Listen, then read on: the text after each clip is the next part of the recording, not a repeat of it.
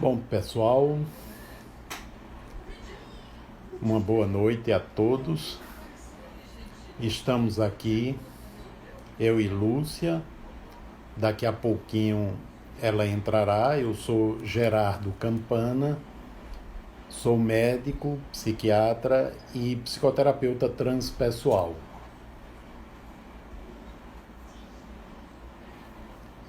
E agora acredito que a Lúcia Campana, é psicóloga, psicoterapeuta, né? E minha esposa. Boa noite a todos. Estamos nós aqui juntos para mais um encontro com todos vocês. E nessa noite nós vamos conversar sobre um assunto de grande importância, que é sobre o confinamento, que nós já estamos há bastante dias vivendo essa realidade tão forte, impactante. Mas Gerardo prossegue, logo, logo eu volto a conversar com vocês. Meu boa noite, é uma satisfação mais uma vez estar aqui. Nós pensamos em fazer esse bate-papo, e eu espero que seja um bate-papo realmente. Vocês estão convidados a formular as suas perguntas, né? E, na medida do possível, nós responderemos, né?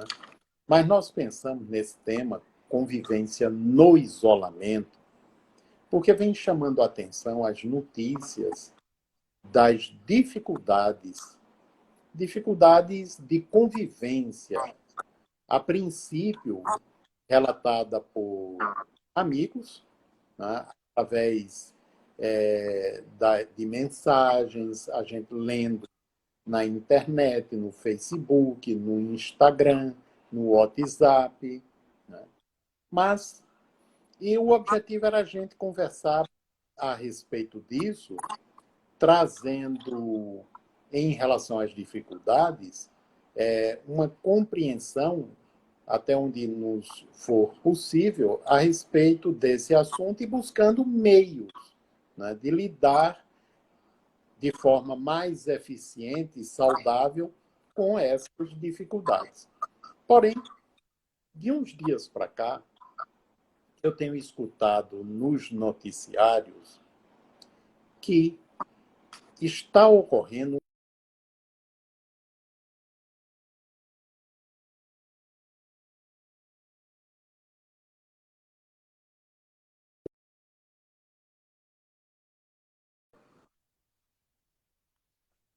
houve uma pequena que não está muito boa. Vamos continuando. Então, um incremento na questão da violência doméstica, não só no Brasil, mas no mundo inteiro. Isso vem ocorrendo.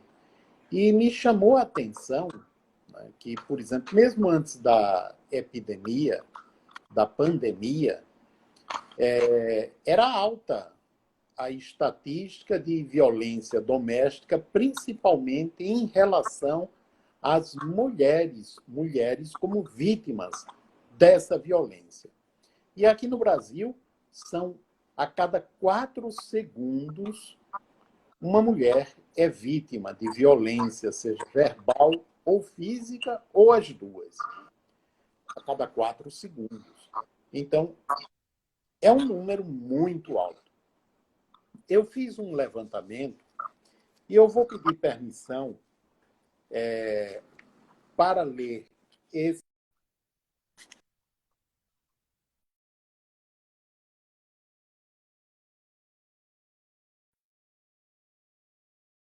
passo que era o objetivo inicial desta live, deste nosso encontro, né? Então, nesse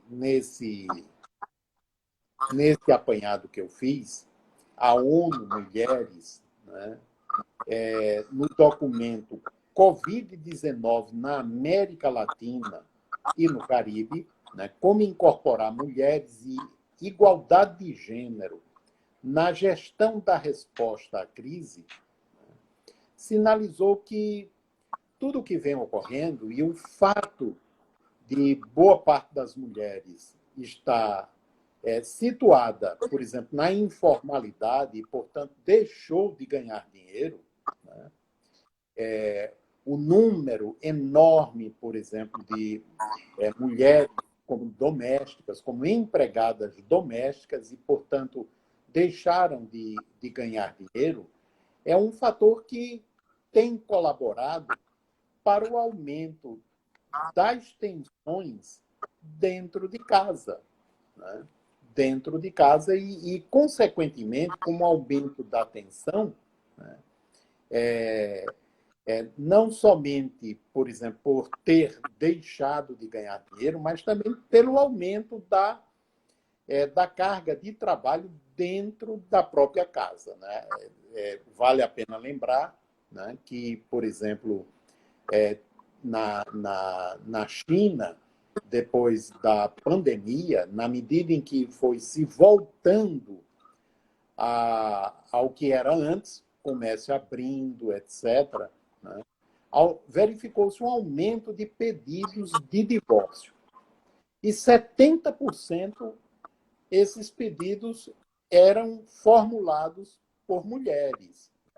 E a queixa principal era a jornada tríplice, né? Ou seja, tinham que dar conta do trabalho fora de casa, né? Tinham que dar conta do trabalho dentro de casa e tinham que dar conta dos filhos também, né? Então, ou seja, não é muito diferente do que ocorre aqui no Brasil ainda.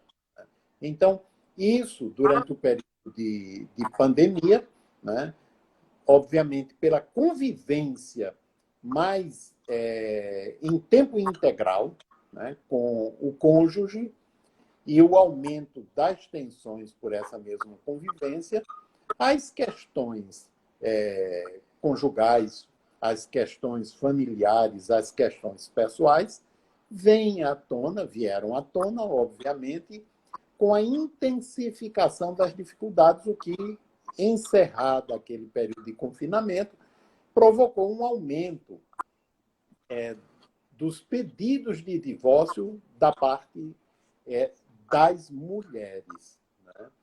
E isso, vocês vejam o seguinte, o que é que, nesse apanhado que eu fiz, né, na ONU Mulheres, o cenário reflete-se em estatísticas ao redor do mundo de incremento.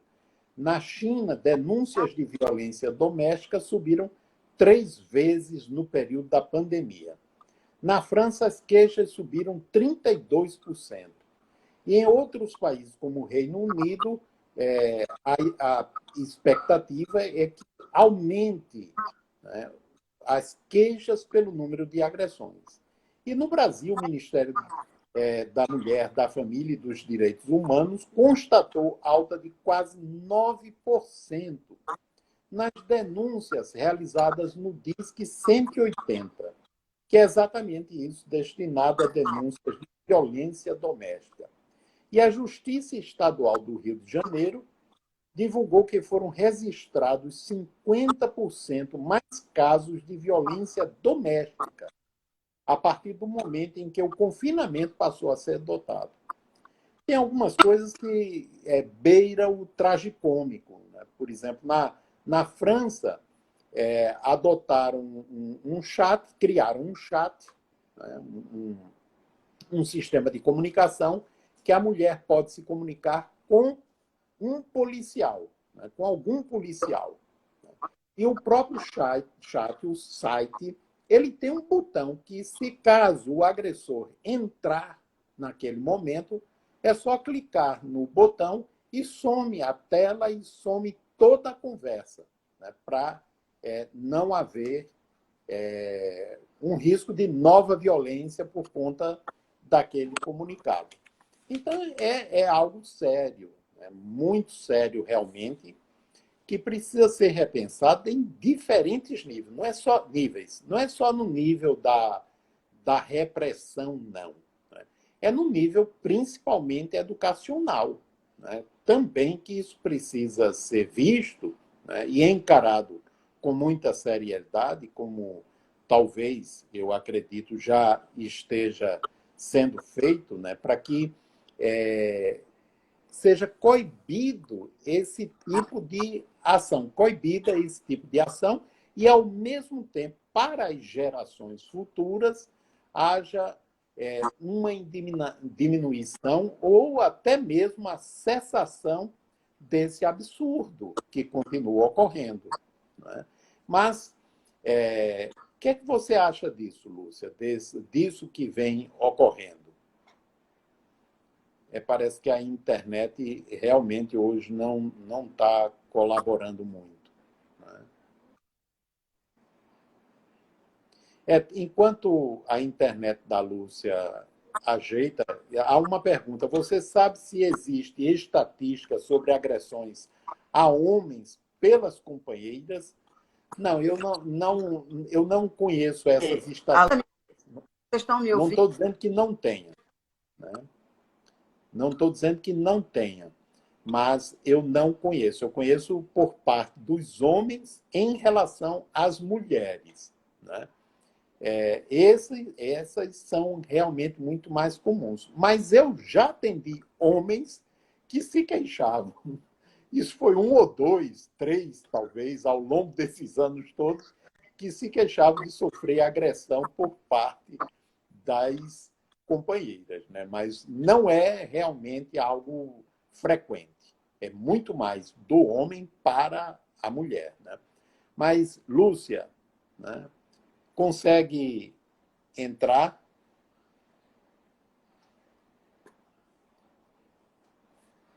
Deixa eu ver se eu consigo mudar a internet aqui, porque a Lúcia...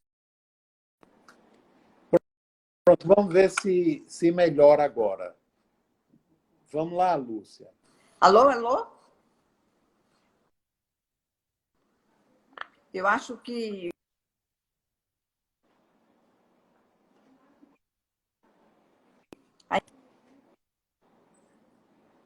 Lúcia, internet tem que entrar está novamente. Entre novamente. Tá certo? Entre me ouvindo? novamente. Feche e entre novamente. Não estamos no mesmo lugar, Jaqueline. Estamos na mesma casa, mas em locais diferentes. E estamos no, no da Lumen, né?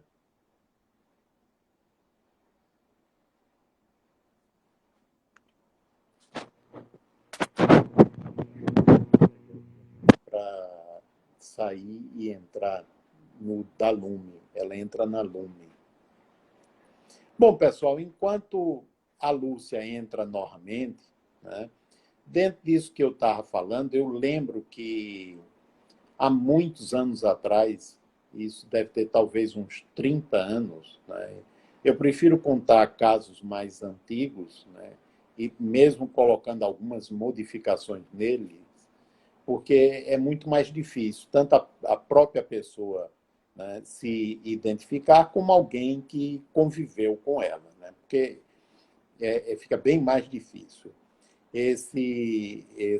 Essa situação deve ter uns 30, 35 anos, mais ou menos. Eu atendi uma mulher, né, que ela era casada, e de vez em quando ela chegava e ela tinha uma marca, uma equimose, uma marca roxa, ou no rosto, ou no braço. E eu perguntava o que é que houve, né? E ela dizia, foi uma queda. Até que eu disse, olha, isso não é queda, não. Isso é marca de pancada, né? O que é que está havendo? E foi aí que ela começou a falar, né, que ela sofria espancamento da parte do esposo, né? Da parte do esposo. E eu fui descobrindo, né? A partir daí, ela foi se sentindo mais à vontade para falar, que ele era um homem realmente muito violento, né? E que, pela menor contrariedade, ele a agredia verbalmente e muitas vezes fisicamente, que resultava naquelas equimoses, né, naqueles hematomas. E ela sofria bastante com isso. Mas ela tinha um medo enorme, verdadeiro pavor de separar-se, de pedir, de dizer que não queria mais conviver com ele, porque era comum ele ameaçar de matá-la caso ela viesse a se separar. Então, o que é que ela fez? Ela foi trabalhando, ela foi se fortalecendo, e aí um dia ela disse, olha, eu vou parar a psicoterapia, porque mais adiante eu vou tomar uma providência para encerrar o meu relacionamento. E não disse de que forma ela iria fazer isso. Ainda tentei ver com ela, mas ela não disse. E aí ela foi embora e encerrou o relacionamento. Algum tempo depois, eu vim a saber, né, e inclusive o marido dela foi me procurar, para saber se eu tinha notícia da esposa dele. Já fazia, eu acho que uns 6 meses que ela tinha encerrado a psicoterapia, e aí eu soube, por intermédio dele, que ela tinha ido embora, desapareceu. Né? Desapareceu. Ela passou uns 5 anos sumida. Acho que nem mesmo o pessoal da família dela sabia onde ela se encontrava. Né? E pelo que eu soube, da parte de alguns familiares, o marido, né, a procurou durante 1 ano, inclusive contratando detetives para localizá-la. Mas aí depois ele terminou se interessando por outra mulher, né? E ele veio a se casar e 5 anos depois ela retornou. Né? E aí não houve mais problema, porque ele já estava consorciado com uma outra pessoa, já estava casado novamente. Né? Mas vocês vejam a dificuldade, o medo, né? No caso dessa pessoa, medo de vir a ser morta, né? Porque não queria ficar mais com o seu agressor. Lembro de uma outra também que ela disse, eu vou parar a psicoterapia, dar um tempo e depois eu vou me separar, e eu prefiro que seja assim, porque ele é muito violento e eu tenho receio que ele não tente só alguma coisa contra mim, mas ele pense que foi a psicoterapia que me levou à separação. E aí ela encerrou e algum tempo depois ela veio, entrou com um pedido, nem lembro se na época já havia o divórcio ou se foi com um pedido de desquite, porque esse também faz um bom tempo. Então a dificuldade é tremenda, mas a dificuldade não é somente pelo medo, por conta das ameaças. Tem a dificuldade também, por exemplo, quando a própria mulher ela se sente dependente emocionalmente ou financeiramente, ou as duas coisas, do parceiro, do cônjuge. Né? Então, a dificuldade se torna muito grande porque a pessoa não se vê, não se acredita capaz de viver sozinha, né? Ou seja, de mudar a sua situação. E ela vai prolongando aquele sofrimento sem a menor necessidade. Uma outra dificuldade também, a mulher acredita, pensa, tem a crença que acabando aquele relacionamento não vai surgir mais ninguém na vida dela. E isso é bobagem, né? Normalmente, quando a pessoa me fala algo desse tipo, o que eu digo olha, eu é que sugiro que você não inicie nenhum relacionamento novo enquanto você não se trabalhar o suficiente para não repetir a história. Né? Porque, às vezes, a pessoa sai de um relacionamento desastroso, mas ela não muda a sua forma de funcionar e aí termina encontrando uma outra pessoa que depois ela vem descobrir que é muito semelhante àquela com quem ela encerrou o último relacionamento. E volta o sofrimento, né? Bom, então, isso é uma outra dificuldade, né? Porque a pessoa nem se dá conta. Eu lembro de uma mulher, né, que ela me dizia: eu só encontro cafajestes. E eu perguntei: quantos foram? Ela diz: olha, pelo menos uns 7 a 8 cafajestes, né? Eu disse: e com quantos você esteve... e com quantos você teve um relacionamento mais longo? Ela disse: pelo menos com uns 4 o relacionamento foi mais longo. Mas todos foram catastróficos.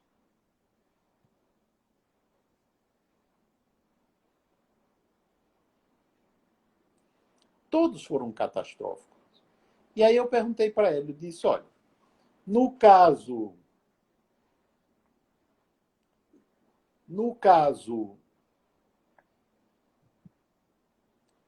em todos esses relacionamentos, os parceiros mudaram, né? Os parceiros mudaram. Que personagem foi constante em todos eles?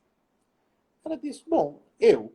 Né? Então, se você foi constante em todos eles, você precisa se perceber um pouco melhor, aprender a se conhecer para entender o que é que está ocorrendo.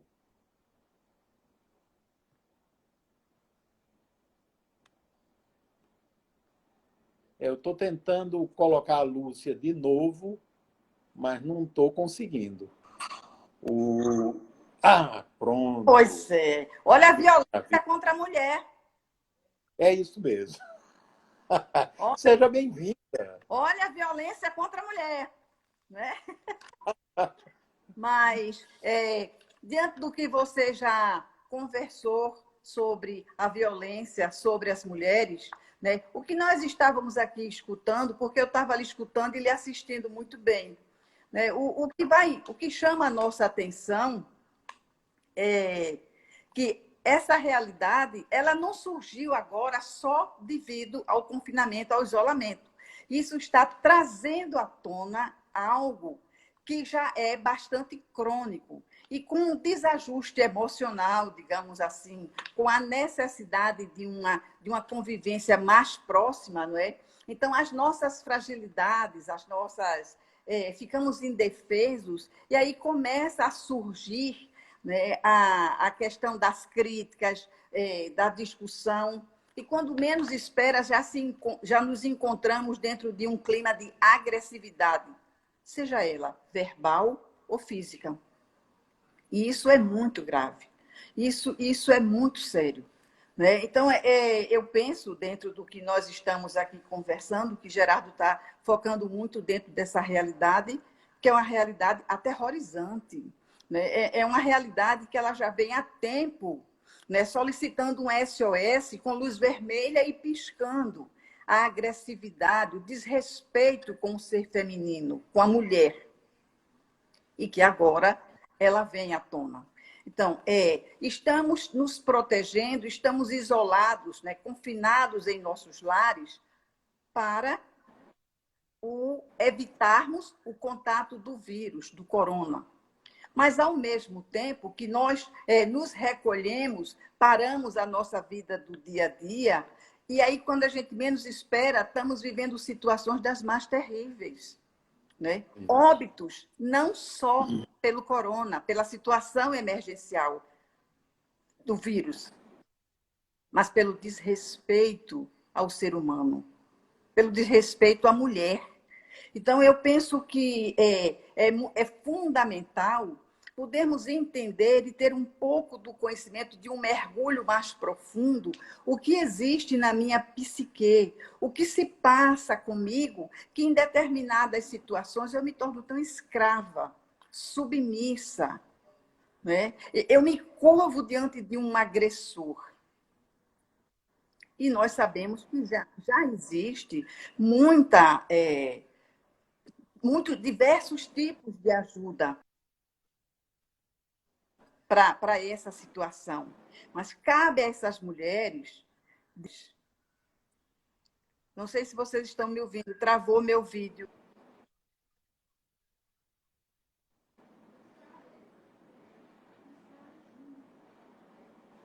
Se não tem força, se não tem a coragem suficiente, ela precisa de ajuda. Ajuda de uma amiga mais próxima, de ajuda. Então, e nesse de confinamento, é muito importante, não é, ter o entendimento da nossa dinâmica, da nossa fragilidade, como é que eu me sinto, para poder, diante desse conhecimento, eu saber dosar os pratos da balança vivencial entre tolerância e flexibilidade. Mas isso não só é a mulher que tem que ser essa artista, não só é ela que tem que estar a corda bamba, com esses dois pratos na mão, tolerância e flexibilidade. É importante que ambos, todos que convivem, que estão, que vivem, formam esse lar, possam ir tendo conhecimento da sua dinâmica, da sua forma de funcionar, para que desse jeito possa diminuir esses desentendimentos. Porque isso vai vermelho. É a panela de pressão, que ela é muito útil, maravilhosa, ela tem o tempo, mas se ela não tiver o seu tempo para descarregar, ela estoura, ela explode. Né? E parece que essa panela de pressão ela está estourando para as mulheres. É claro que um homem tem uma atitude dessa, que revolta, que impacta, que merece todos os martírios necessários para um ato tão violento.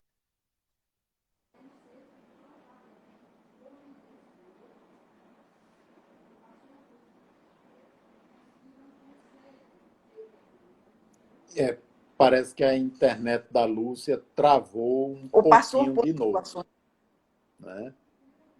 dessas e que não consegue. Lúcia, o seu vídeo travou de novo, viu?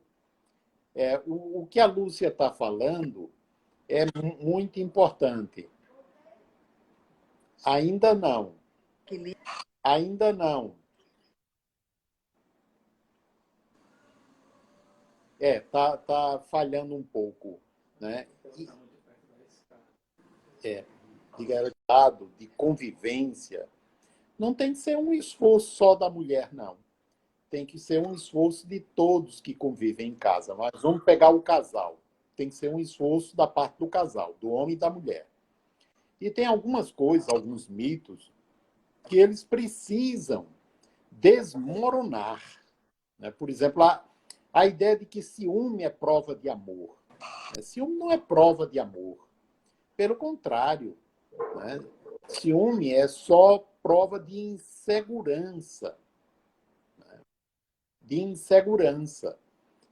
O ciúme tem a ver com possessividade, o ciúme ele tem a ver com insegurança, o ciúme tem a ver com alguns fatores, né, que remetem a um funcionamento mais primitivo do ser humano. A ideia de que, por exemplo, pelo fato de, vamos pegar, ter casado, é como se ter assinado aquele papel, aquilo se transformou numa escritura de propriedade. Né? Quando não é por aí. Não é por chegou. Isso. Está melhor agora.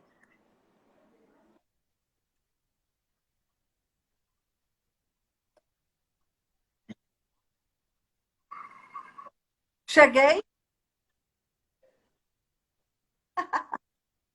Pois é. Pois é, mas o que nós estávamos conversando quando a internet me censurou, não é dentro da questão, e que eu vi que Gerardo Lúcia, aumentou um travou pouco novamente. essa situação, Né? Travou novamente. Então, Enquanto você Não. tenta ajeitar, né? Enquanto você tenta ajeitar aí, porque não estamos ouvindo você. Né? Então, veja bem, a questão que eu estava falando do ciúme, né? Que é terrível e que está na base de muita violência. Agora estamos ouvindo você. Não estamos mais. A internet está boicotando você. A internet está boicotando você. Eu não sei o que está se passando. Voltou a me ouvir? Não estamos ouvindo você, não, Lúcia.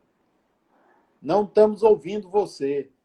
Tente vir para aqui, para a mesma sala, para ver se melhora. Viu? Tente vir para a mesma sala para ver se melhora. Tente vir, ok? Então, veja bem, vamos ver, enquanto ela vem para cá, a questão do ciúme. Né? O que é que os estudiosos de primeira linha eles falavam a respeito do ciúme? Primeiro, o ciúme, obviamente, como insegurança, baixa autoestima. Né? O estudo do ciúme nos homens indicando como um processo de projeção, né? Negação e projeção. Negação no sentido de esconder algo que é seu mesmo. E projeção para lutar contra aquilo ou projetar para fora aquilo que o faria sofrer. Então, duas ideias. Primeiro, o que é que se formulava pelos estudiosos da área da psicanálise da primeira linha. Né? As hipóteses. Primeiro, que o homem muito ciumento, né, ele era capaz de fazer aquilo que ele tinha receio que a mulher fizesse, a esposa fizesse, ou que ele acusava a esposa de fazer. Ou ele já fazia. E, portanto, ele sentia um medo terrível de que a esposa viesse a fazer a mesma coisa. Né? É uma explicação até um tanto, a meu ver, simplória. Né? Mas essa ideia ela existia e ainda existe. E a outra hipótese é que por trás, em muitos homens, do ciúme estaria um conflito de natureza homossexual. Né? E que o desejo por outros homens era projetado na figura feminina, na sua esposa, né? E ele ficava com raiva por ela estar desejando outros homens, ou seja, não seria ele. Né? Então, são as hipóteses existentes. Mas uma coisa a gente pode certamente dizer, e isso sem medo de errar, né?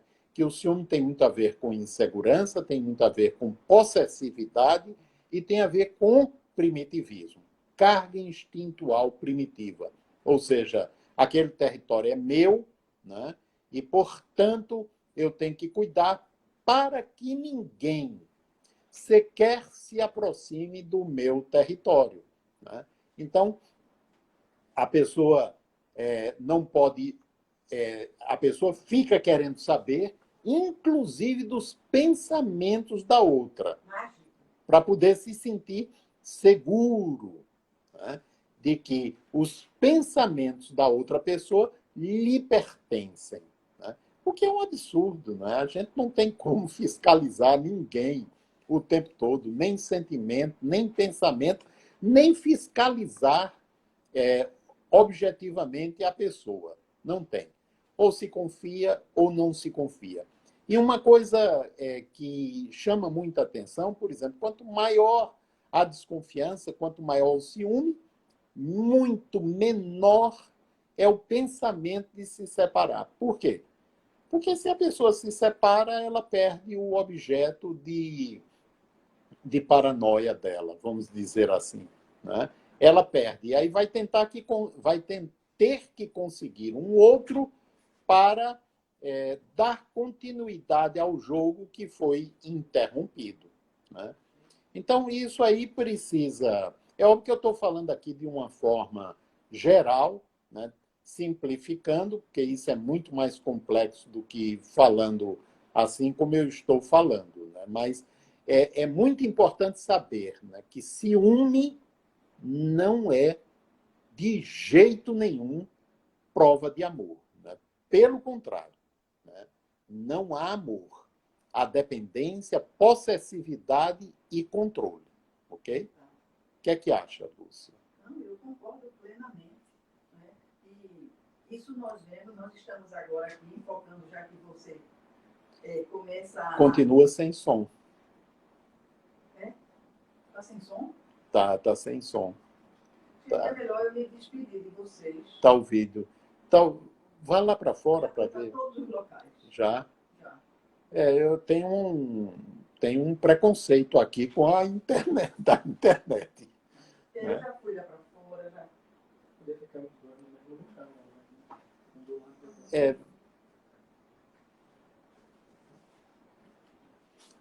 Tá. Venha para cá para ver se nós dois juntos a gente consegue. Tá melhor o som? Melhorou agora, gente? A gente vai tentar, ficando junto, para ver pelo mesmo celular, se conseguimos, tá certo? Antes que a internet, ou melhor, o Instagram nos corte, porque tem um limite de tempo. Parece que são 50 minutos ou 60 minutos. 60. Tá? Então, o que é que acha, Lúcia? Estamos aqui bem juntinhos. Pois é, não correndo risco algum, isso eu garanto. Diante dos cortes e das interrupções, né, mas deu para eu acompanhar, é uma realidade, realmente. O ciúme é falta de confiança em si, é posse, diversas características de desarmonia e de controle. Né? Ciúme não é amor. Eu não vou repetir o que Gerardo já estava repetindo. E isso, nesse momento, quando nós estamos falando sobre o quesito ciúme, isso tanto serve para o sexo masculino como para o sexo feminino. Né? Mas, na verdade, diante disso tudo que nós estamos vivendo, manter o equilíbrio emocional não é fácil. Né? Não é fácil nesse período de confinamento. Né? Então, e vai depender muito, o equilíbrio desse momento, desse ajuste, vai depender muito dos nossos recursos, de como eu vou lidar com as dificuldades que eu estou enfrentando. Né? Então, isso é algo que, mesmo nesse redemoinho de diversas pessoas no mesmo espaço, mas temos que, aos poucos, ir entendendo e avaliando como é que eu estou. Né? E aceitar o outro como ele é. Porque um dos fatores que gera crítica, dificuldades graves, é não aceitar o outro, a outra pessoa como ela é. Né? Porque todos nós temos as nossas diferenças. O que é que você está rindo? Não, a Flavinha está dizendo, ficou lindo os dois juntinhos. Que linda! Flavinha, você é um doce, amor. Um beijo para você, mas você também é linda com o Jairo, tá? Adoro esse casal também. Então, essa questão, o medo está tomando conta de todos nós. Né? Na maioria das pessoas. Né? Tá mobilizando. E quando o medo ele começa a mobilizar, a se instalar dentro de nós, vem a ansiedade. Né? E a ansiedade ela está em cima do medo. E nós estamos vendo que hoje, nesse momento atual, acabou tudo aquilo que nós tínhamos ilusório sobre controle, não tem. Eu não tenho mais controle nem sobre minha própria vida. A situação, o medo da saúde, de proteger os familiares, né? A situação econômica, tudo isso está sendo situações que apavora, que assusta. Então, todo aquele psicológico, todas aquelas estruturas psíquicas que hoje estão se expressando, estão vindo à tona. Porque antes, né, eu tinha o trabalho, eu tinha que fazer algo, tinha academia, tinha supermercado, tinha festa, tinha amigos, tinha um cafezinho, tinha praia, tinha correria. Então, eu não tinha acesso ao meu inconsciente, porque eu estava sempre ocupada. Mas quando chega agora esse momento que para e todo mundo começa a ver um ao outro, olho a olho, como cada um funciona, gera um desequilíbrio. Então, e desse desequilíbrio, dessa desarmonia, as consequências mais graves podem acontecer, como é o caso que teve início dentro desse desrespeito à mulher. O que é que você acha? Isso é muito importante, né, a gente saber, né, porque a gente não pode deixar que as tensões elas vão aumentando, né? Porque tem diferentes formas da gente poder lidar com aquilo que vai acontecendo no dia a dia. É óbvio que, por exemplo, se a gente não está saindo, a gente está convivendo em um tempo mais integral, né?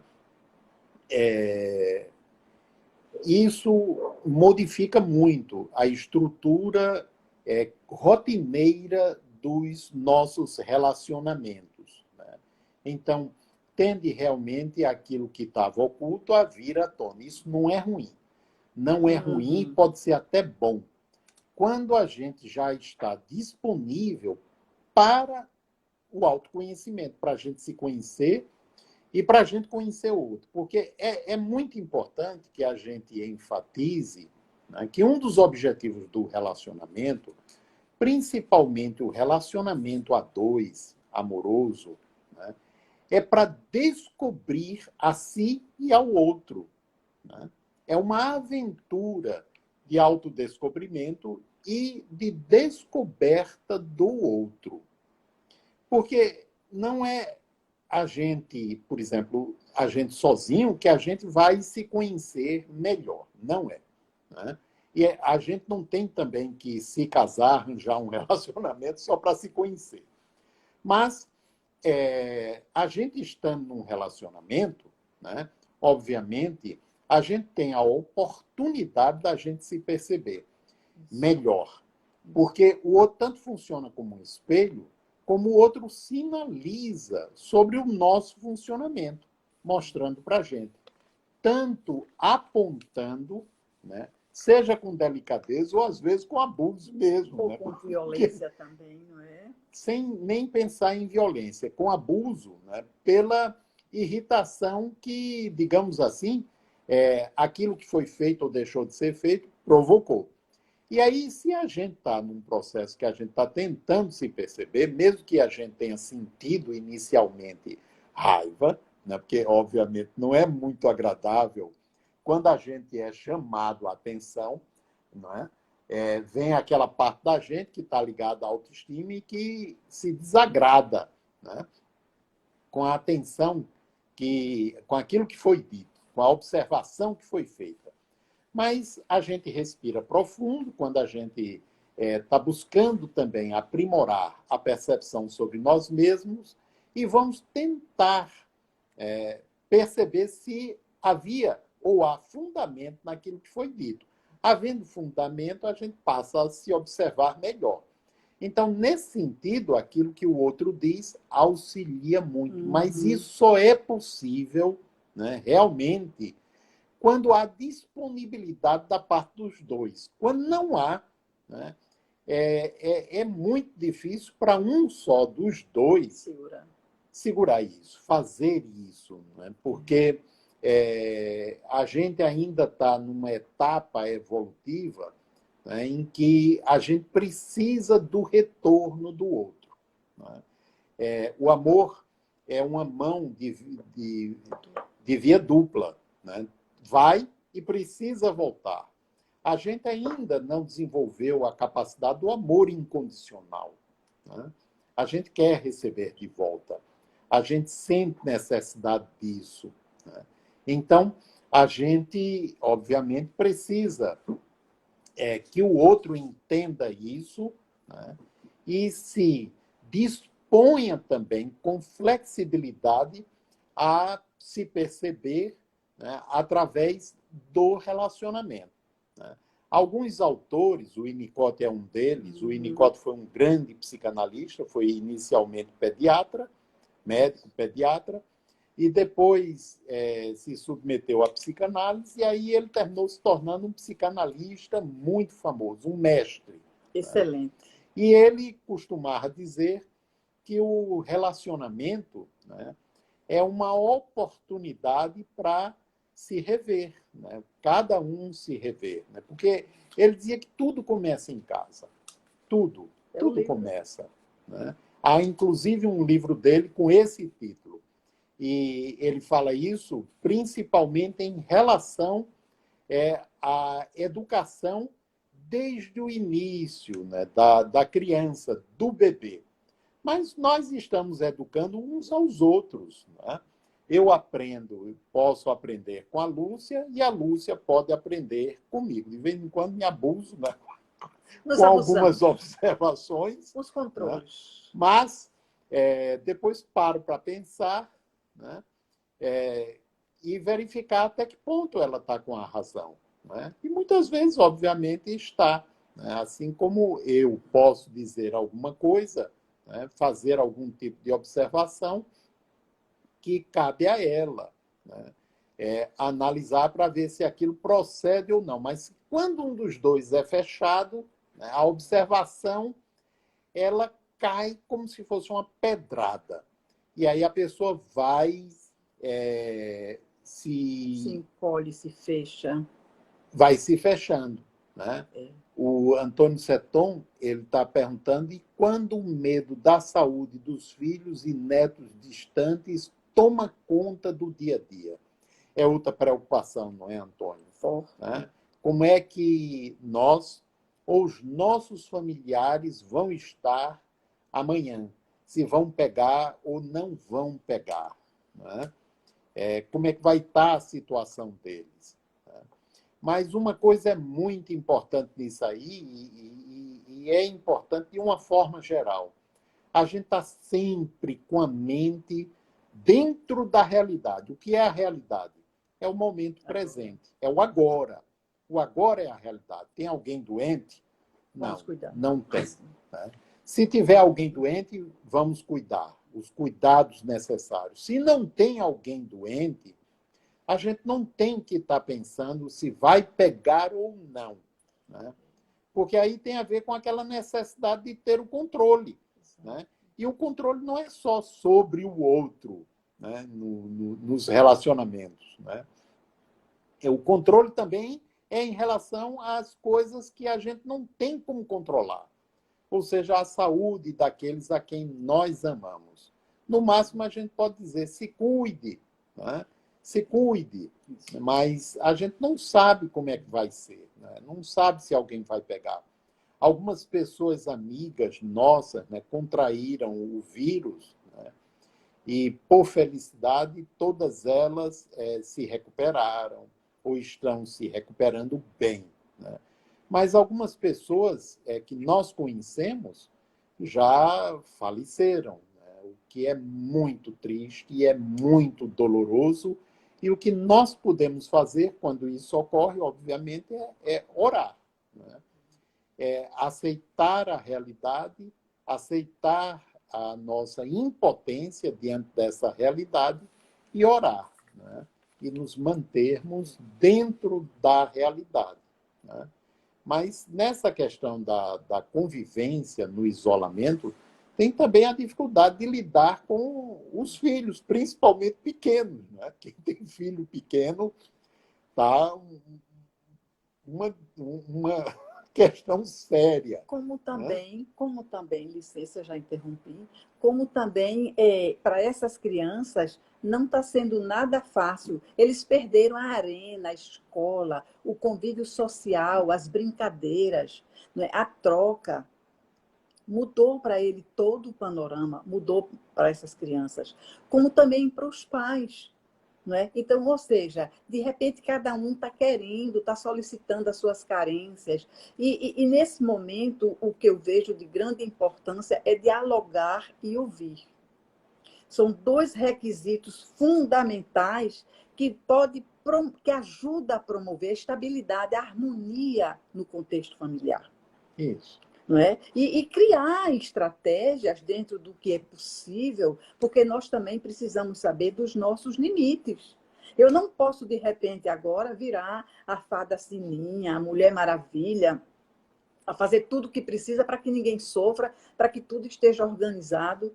Não, vamos fazer aquilo que é possível para uma harmonia.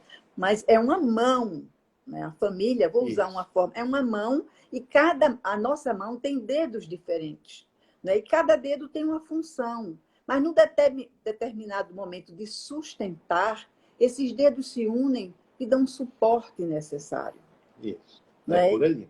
Então, eu penso que a gente tem que começar a sair do desespero, do medo, e viver e aceitar e como reagir diante dessa situação. É verdade, e ainda em relação a filhos pequenos, por exemplo, tem um bocado de proposta, né, que o pessoal que lida mais diretamente com crianças tem feito através de vídeos e muito bons. Né? Por exemplo, a Regina, nossa filha, que é psicóloga e é instrutora de yoga, né?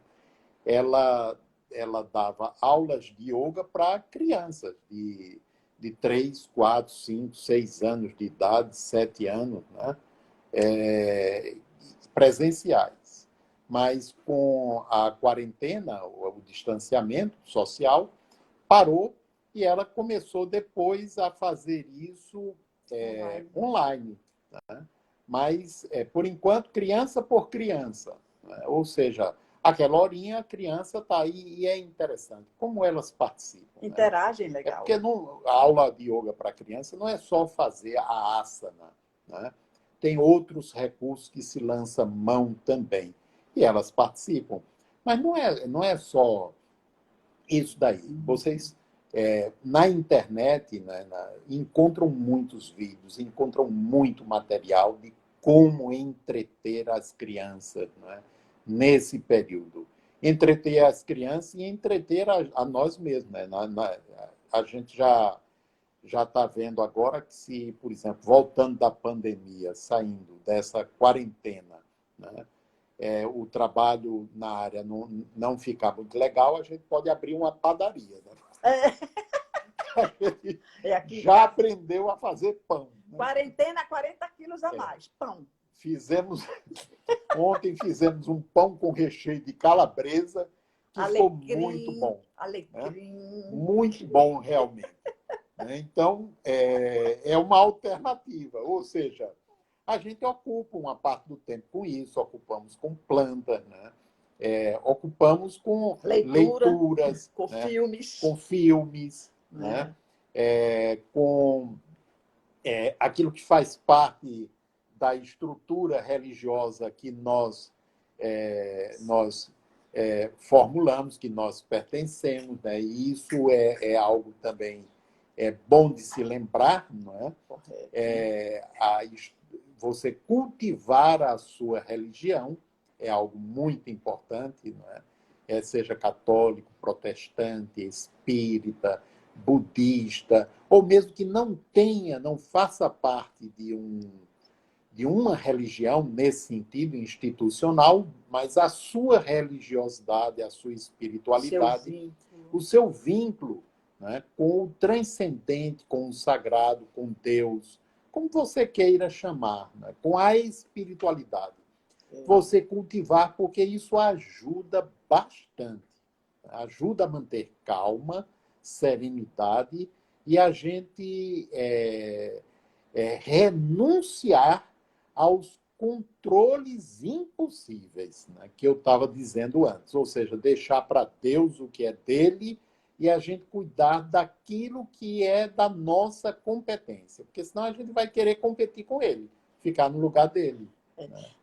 Diante de toda essa explanação, não é? O que vai ficando, né, a nível de entendimento, o que gera muito sofrimento em nós é o controle, né, que já foi citado tanto aqui. Né? O controle, eu não quero que minha família sofra, eu não quero sofrer. E parece que antes, todos nós sabemos que nasce, morre. Mas quando surge um evento dessa ordem tão forte, tão impactante, né, é como se dissesse, onde eu me escondo? O que é que eu faço para que ela não me pegue? Onde é que eu boto os meus? E nessa angústia, nesse medo, nesse pavor, né, todas as nossas cargas emocionais, elas vêm à tona, toda a nossa parte de desajuste, de medo. A nossa criança, ela vem à tona. Muitas vezes, nós deixamos de funcionar como um adulto e funcionamos como uma criança. Funcionamos como uma criança assustada, querendo pedir ajuda, querendo que alguém nos coloque no colo. Né? Funcionamos com a criança que quer ser entendida quando se diz que está cansada, que está fazendo isso, que está fazendo aquilo, e que alguém não entende, né? Se torna na posição de vítima, abandonada. Né? Então, dentro desse descortinar do que aqui nós vamos conversando, eu preciso realmente olhar para a minha dinâmica psicológica, eu preciso olhar para o meu funcionamento. Em que momento eu estou agindo como um adulto, com os medos naturais, com as cautelas devidas? Mas em que outro momento eu estou sendo aquela criança apavorosa? É como se eu estou nesse quarto, de repente faltou luz, escureceu. Não sei mais onde é a porta de saída, qual é o bicho que vai entrar e vai me pegar. Então eu entro em desespero e começo a gritar, somente gritar. Né? Então, acho que estamos vivendo esse período de também refletir, porque a situação do corona existe, mas o que nós estamos vendo é a nossa condição emocional em saber lidar com a situação que nos colocou dentro de nossas casas. É verdade, né?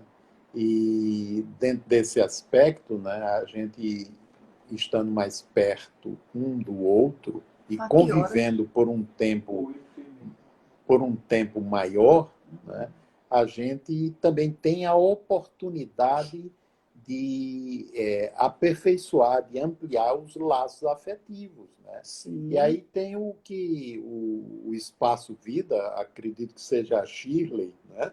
Um abraço, Shirley. O melhor de tudo isso é o olhar para os filhos. Estamos tendo a oportunidade de conhecê-los. Né? É verdade, estamos tendo a oportunidade de conhecer melhor uns aos outros. Tanto eles né, conhecendo a nós, os pais, né, como nós, os pais, conhecendo melhor nossos filhos e os casais. Né? Cada um aprendendo a conhecer melhor o seu cônjuge a partir do momento que aprende a se conhecer melhor. E estamos aprendendo não, isso aí, além de aprender a fazer o pão, Leila. Né? Ou seja, Leila, estamos aprendendo algumas coisas, né, que são importantes. Né? A fazer o pão, amassar o pão, dar o tempo do fermento, né? Dar o tempo dentro do forno para que o pão ele saia bonito e saboroso. Eu acredito que a gente já esteja próximo do tempo do Instagram encerrar, né? Só temos basicamente 1 minuto. Eu quero agradecer a todos vocês, né? Deixar o meu abraço carinhoso, o meu desejo de muita paz, né? De muita serenidade e de muito aprendizado, né? Durante esse tempo dessa experiência que nós estamos atravessando. É verdade. E eu quero agradecer. Uma pena as interrupções, precisamos saber o que é que aconteceu, né? Que eu fui tão cortada, tão censurada, não é? Mas isso também ajuda a lidar com minha autoestima e a entender que são momentos que ocorrem, situações acontecem e temos que caminhar diante de determinados eventos. Mas desde já, meu agradecimento